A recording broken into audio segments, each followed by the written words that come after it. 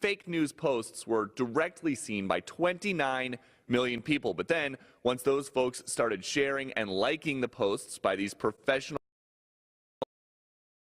Russian trolls, the number mushrooms to 126 million users. Now, Facebook says that that is a small number in terms of the amount of things posted on Facebook, just 1 out of every 23,000 pieces of content, but 126 million people reached is more than half the people old enough to vote in the U.S. And this does seem to undercut the Facebook CEO Mark Zuckerberg's claim right after the election that he thought it was a crazy idea that fake news on Facebook could have influenced the election in any way.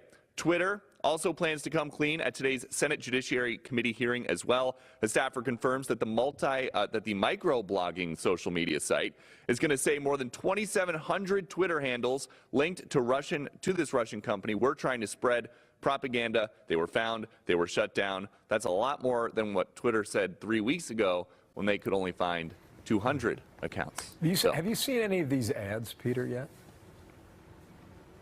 I've not seen any of the ads. Yeah. A lot of the top senators who had the clearances to see them say that they don't think it would be a good idea to share the ads. Why not? We don't have any indication that these ads...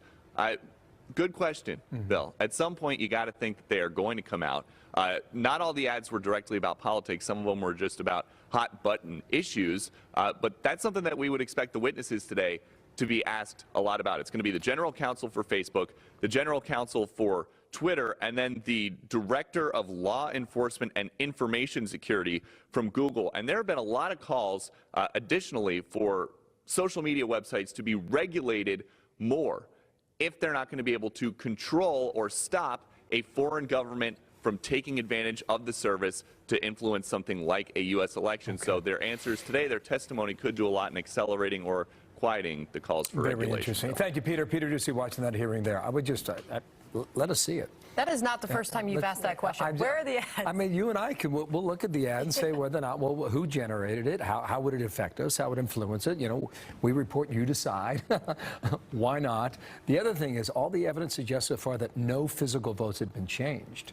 So just keep that in mind as we move through this hearing. It'll be very interesting to hear from those executives. All right. Well, meanwhile, one top American attorney says the charges against Paul Manafort are only the beginning. This is dominoes. You knock down the first domino, that knocks down the second domino. Ultimately, what Mueller is aiming for is the big domino in the Oval Office. Robert Mueller starting with Paul Manafort and Rick Gates, but where does it go from here? Alan